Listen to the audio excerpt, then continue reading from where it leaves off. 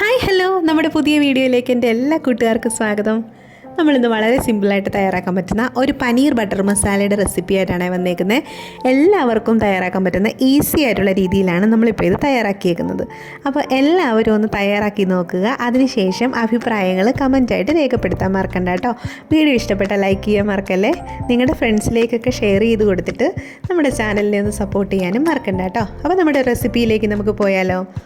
അതിന് വേണ്ടിയിട്ട് ആദ്യം തന്നെ 3 പഴുത്ത തക്കാളി എടുത്ത് വെച്ചിട്ടുണ്ട്. ഒരു പിടി കാഷ്യൂനട്ട്, ഏകദേശം ഒരു 2 ടേബിൾ സ്പൂണോളം നമുക്ക് കാഷ്യൂനട്ട്സ് എടുക്കാം കേട്ടോ. പിന്നെ നമുക്ക് 5-6 അല്ലി വെളുത്തുള്ളി, 3 പച്ചമുളക്, അതുപോലെ തന്നെ 1/2 ടീസ്പൂൺ ജീരകം, ചെറിയ ജീരകം ഉണ്ടല്ലോ, അതും എടുത്തിട്ടുണ്ട്. അപ്പോൾ നമുക്ക് ഇതെല്ലാം നന്നായിട്ട് നമ്മുടെ മിക്സിയുടെ ജാറിലേക്ക് ഇട്ടിട്ട് അരച്ചെടുക്കാം. വെള്ളം ചേർക്കാതെ വേണം അരച്ചെടുക്കാം കേട്ടോ. നമുക്കിത് നല്ലതുപോലെ പേസ്റ്റ് പോലെ ഒന്ന് അരച്ചെടുക്കേണ്ടതുണ്ട്. അപ്പോൾ നമ്മളിത് ഈ ഒരു പരുവത്തിൽ അരച്ചെടുത്തിട്ടുണ്ട്.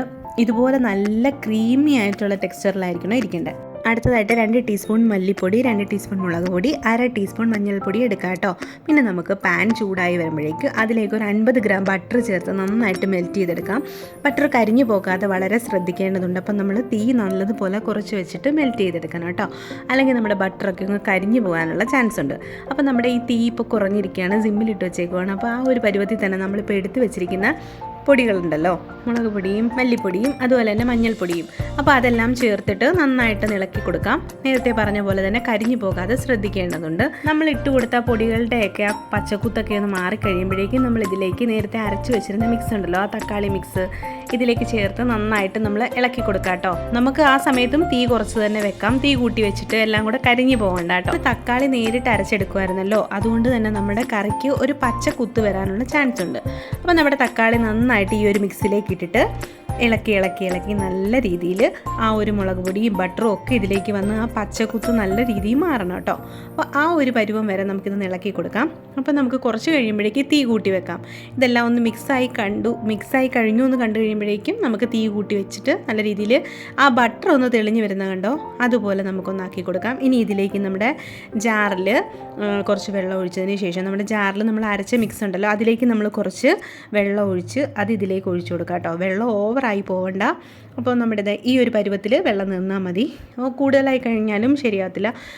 ഒത്തിരി ആയാലും നമ്മുടെ കാഷ്യൂനട്ട് ഉള്ളത് കൊണ്ട് കുറുകി വന്നോളും. എന്നാലും നമ്മുടെ കറിയുടെ ആ ഒരു ടേസ്റ്റ് മാറിപ്പോവാതിരിക്കാൻ നമ്മൾ വളരെ കുറച്ച് വെള്ളം ചേർത്ത് കൊടുക്കുന്നു കേട്ടോ. ഇനി നമുക്ക് ഒന്നുമില്ല, ഇതിനകത്തേക്ക് നമ്മൾ ആവശ്യത്തിനുള്ള ഉപ്പ് ചേർത്ത് കൊടുക്കാം. ഉപ്പെന്ന് പറഞ്ഞാൽ ഓരോരുത്തരുടെയും പാകത്തിനുള്ളതാണല്ലോ. ചിലർക്ക് ഉപ്പ് കൂടുതൽ വേണം, ചിലർക്ക് വളരെ കുറച്ച് മതിയായിരിക്കും. അപ്പോൾ നമ്മുടെ ആവശ്യത്തിനുള്ള ഉപ്പ് ചേർത്ത് കൊടുക്കുക. പിന്നെ ഇതിനകത്ത് ടേസ്റ്റ് ഉണ്ടാകാൻ വേണ്ടി 1 ടീസ്പൂൺ നമ്മുടെ പഞ്ചസാര ചേർത്ത് കൊടുക്കുക കേട്ടോ.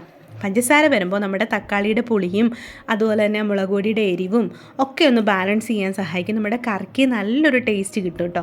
പിന്നെ ഇതിനകത്തേക്ക് നമ്മൾ മെയിൻ ഇൻഗ്രീഡിയൻ്റ് എന്ന് പറയുന്നത് കസൂരി മേത്തിയാണ് കേട്ടോ. അപ്പോൾ നമ്മുടെ ഈ കസൂരി മേത്തി നന്നായിട്ട് നമ്മുടെ കൈകൊണ്ട് തന്നെ നന്നായിട്ടൊന്ന് തിരുമ്മി ഇതിലേക്ക് ഇട്ട് കൊടുക്കാം കേട്ടോ. അപ്പോൾ അതിൻ്റെ ആ ഒരു കറിയുടെ ഒരു ഫ്ലേവർ കംപ്ലീറ്റ് ആയിട്ട് ചേഞ്ച് ആകും ഈ കസൂരി മേത്തി വരുമ്പോൾ.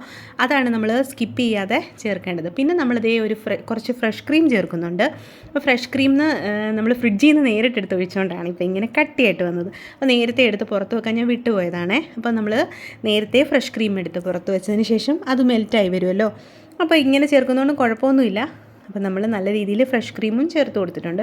അപ്പോൾ നമ്മുടെ കറിയുടെ ലെവൽ മാറിയിട്ടുണ്ട് കേട്ടോ. കളറും ചേഞ്ചായി, അതുപോലെ തന്നെ ടേസ്റ്റ് ഡബിളായിട്ടുണ്ട് കേട്ടോ. അപ്പോൾ നമ്മൾ റെസ്റ്റോറൻറ്റിൽ നിന്നൊക്കെ വാങ്ങിക്കുമ്പോൾ കിട്ടുന്ന അതേ ടേസ്റ്റിലാണ് നമുക്കിപ്പോൾ ഇതുപോലെ ചെയ്തെടുക്കുമ്പോൾ കിട്ടുന്നത്. ഇനി ഇതിലേക്ക് നമ്മളൊരു 400 ഗ്രാം പനീറാണ് എടുത്ത് വെച്ചേക്കുന്നത്. ഞാനത് ക്യൂബ്സ് ആയിട്ടുള്ള പനീർ വാങ്ങിക്കുമായിരുന്നേ. അപ്പോൾ അത് ഇതിനകത്തേക്ക് ചേർത്ത് കൊടുത്തിട്ടുണ്ട്. ഒരു 400 ഗ്രാം പനീറാണ് നമ്മൾ എടുത്തേക്കുന്നത്. ഇതിനകത്തേക്ക് ചേർത്ത് കൊടുത്ത് നല്ല രീതിയിലൊന്ന് ഇളക്കി യോജിപ്പിച്ചെടുക്കുക. പിന്നെ കുറച്ച് മല്ലിയില ചേർക്കേണ്ടതുണ്ട് കേട്ടോ. അപ്പോൾ കറി വേറെ ഒരു ടേസ്റ്റ് കിട്ടും. പക്ഷേ ഞാൻ മല്ലിയില ചേർത്തിട്ടില്ല. എനിക്ക് മല്ലിയിലയുടെ ഫ്ലേവർ അത്ര ഇഷ്ടമല്ലാത്തതുകൊണ്ട് ഞാൻ മല്ലിയില ചേർത്തിട്ടില്ലായിരുന്നു. ഇനി നമുക്ക് ഈ കറി ഒരുപാട് നേരം തിളപ്പിക്കേണ്ട ആവശ്യമൊന്നുമില്ല. ഒരുപാട് നേരം തീയിൽ വെച്ച് കഴിഞ്ഞാൽ അത് കുറുകിപ്പോകാൻ ചാൻസ് ഉണ്ട്. അതുകൊണ്ട് തന്നെ നമ്മളിതിലേക്ക് 1 ടീസ്പൂൺ ബട്ടർ ചേർത്തതിന് ശേഷം ജസ്റ്റ് ഒന്ന് തിളച്ച് വരുമ്പോഴേക്കും നമ്മളതങ്ങ് ഓഫ് ചെയ്യുക കേട്ടോ. നമ്മുടെ ഈ ബട്ടർ ചേർക്കുമ്പം ഒന്നും കൂടെ അങ്ങ് ടേസ്റ്റി ആവും നമ്മുടെ കറി. അപ്പോൾ ഇത്ര മാത്രമേ ഉള്ളൂ. ഇനി നമുക്ക് സ്റ്റൗ ഓഫ് ചെയ്യാം. ഇനി ശേഷം നമുക്കിതേ നമ്മുടെ അടിപൊളി ടേസ്റ്റി ആയിട്ടുള്ള പനീർ ബട്ടർ മസാല നമ്മുടെ ചപ്പാത്തിക്കപ്പോ അല്ലെ നാനിനൊപ്പോ ഒക്കെ നമുക്ക് കഴിക്കാവുന്നതാണ്. ലാസ്റ്റ് നമ്മൾ ദേ ഇവിടെ കുറച്ച് ഫ്രഷ് ക്രീമും കൂടെ ഒഴിച്ചു കൊടുക്കുന്നുണ്ട്. അപ്പോൾ നമ്മുടെ റെസ്റ്റോറൻറ്റിൽ നിന്നൊക്കെ കിട്ടുന്ന അതേ ഫ്ലേവർ തന്നെയാണ് നമ്മുടെ ഈ കറി ഇവിടെ റെഡി ആയിരിക്കുന്നത്. അപ്പോൾ എല്ലാവരും ഒന്ന് ട്രൈ ചെയ്ത് നോക്കാൻ മറക്കണ്ട. അഭിപ്രായങ്ങൾ രേഖപ്പെടുത്തണം, ഞാൻ നേരത്തെ പറഞ്ഞ പോലെ. അപ്പോൾ അടുത്ത വീഡിയോ ആയിട്ട് ഉടൻ തന്നെ വരാം. Tata bye bye, see U.